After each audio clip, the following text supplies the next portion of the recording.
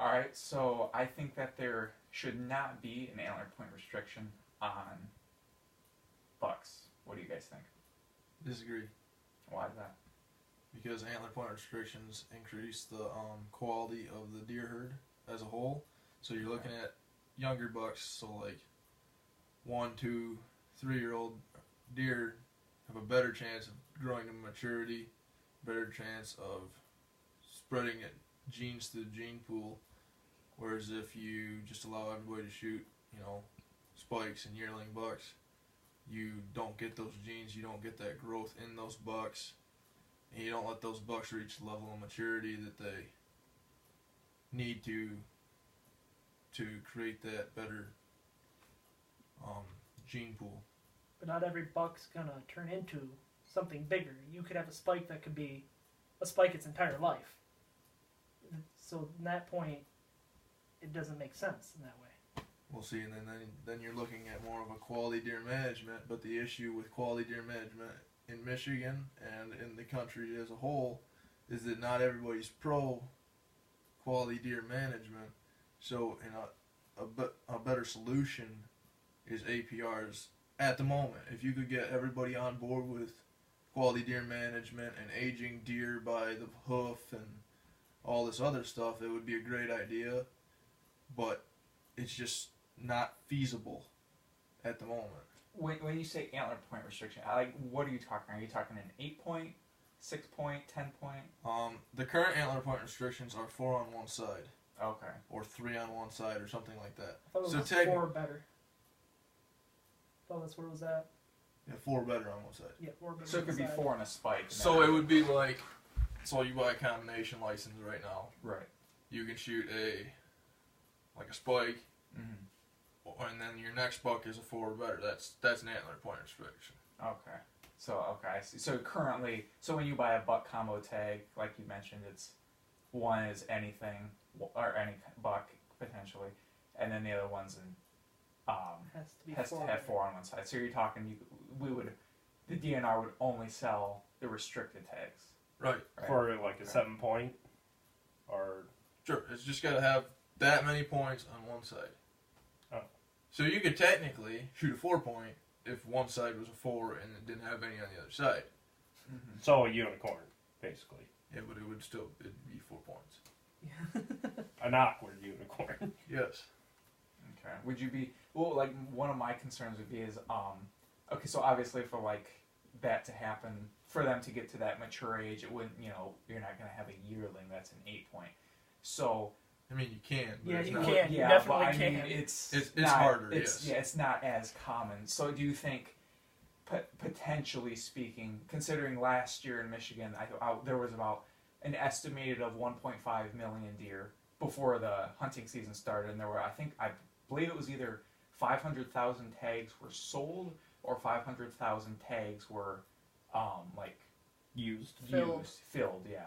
So considering that we harvested here in Michigan over a third of the deer population, do you think that number would get too high? Because within nature, I mean, a population can get to a certain point that the environment will hold it, and then it'll start to drop off. So I mean, if we have to wait a couple years for bucks to get to that mature age. I mean, it can happen within a year, but if it takes a couple more years, do you think that population could hit that peak where deer would maybe start potentially dying off? Well, let's look at it this way though too, and I love the meat hunter aspect because they argue, well, I hunt deer for meat, so I'm just gonna shoot the first thing that I see, and that it just happened to be a spike. If it's brown, it's down mentality. Right. Mm-hmm. So I love that excuse, and your idea is kind of the same way, but you can still shoot a doe.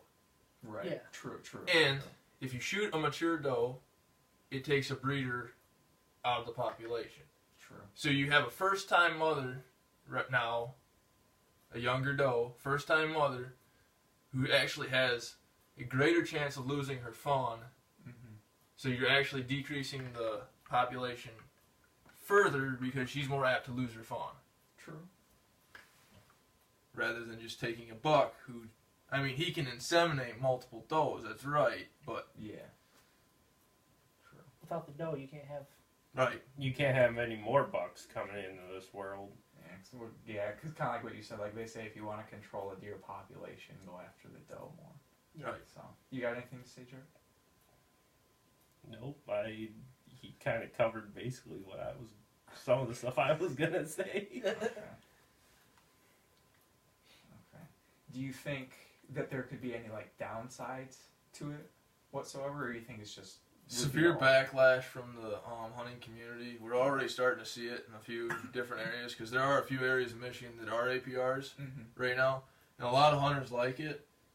But I'm a part of a group on Facebook called Michigan Deer Hunters Let Them Go, Let Them Grow, and we receive a lot of backlash from meat hunters.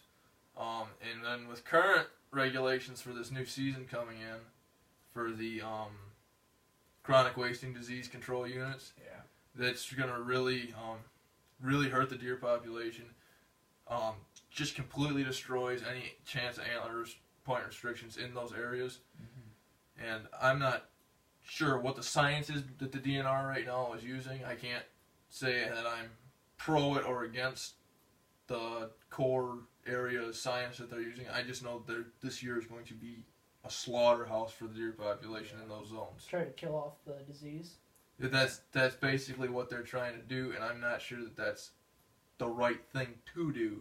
I mean, you look out But you west. can't just kill off the disease, because yeah, you kill all those deers in those certain zones, but that disease isn't like, okay, we killed off the deer in those zones, that disease is gone. That disease isn't. They're just going to keep going to other zones.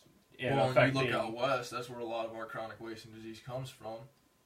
And I mean, they still have elk, they still have deer, they still have all these other animals, and Antelope. yeah, they still have all these animals that, you know, it's a disease. Don't get me wrong, it's bad, but they still have a population. Yeah, because they become immune to it to a point. Potentially, yeah. Yeah. Yeah, 'cause I know one of the things they said this year that they were going to do is that you can't bait anymore. Right. You can't. Which they try to do that for years, which some people still try to bait. Actually, You can do it now. Oh, yeah, in Midland County, we're still allowed to bait for this year. Is what I've been told. Okay. If you live in Midland County, they still allow you to bait. Now they manage how much you bait, I guess. Their DNR do flyovers, and you can see, or they can see how much you've got out in it. Correct me if I'm wrong, like 5 gallons, or yeah, that's how much you about can put right. out. And Yeah. you've got to be spread over a certain amount of area. Yeah. Okay. You can't have more than like 5 gallons in like one area or whatever. You have to like have one section, like one spot here and then another one here. See, but now Isabella County is sanctioned off from that. You can't anywhere that's either the core CWD or the other counties that are watches for CWD. You can't bait, none of that stuff, which isn't a super big deal as far as deer hunting. Some people like really prefer that bait. I mean, I really like to prefer just the simple fact of going out in the woods and finding the sign and setting on the sign. But Right. you know, and it's little restrictions like that, but some people just, they lose their mind over something like that. And that's what, and then they go blame like DNR officers who have really nothing to do with Just doing the job. with that. They just they are sworn to uphold the law. They don't have any option. They have to do that. That's why just be respectful to them, because they don't have a choice. I think you're right. Definitely made some good points, all you. And appreciate it. I think that was a pretty good conversation. Thank you guys. Well, Yep.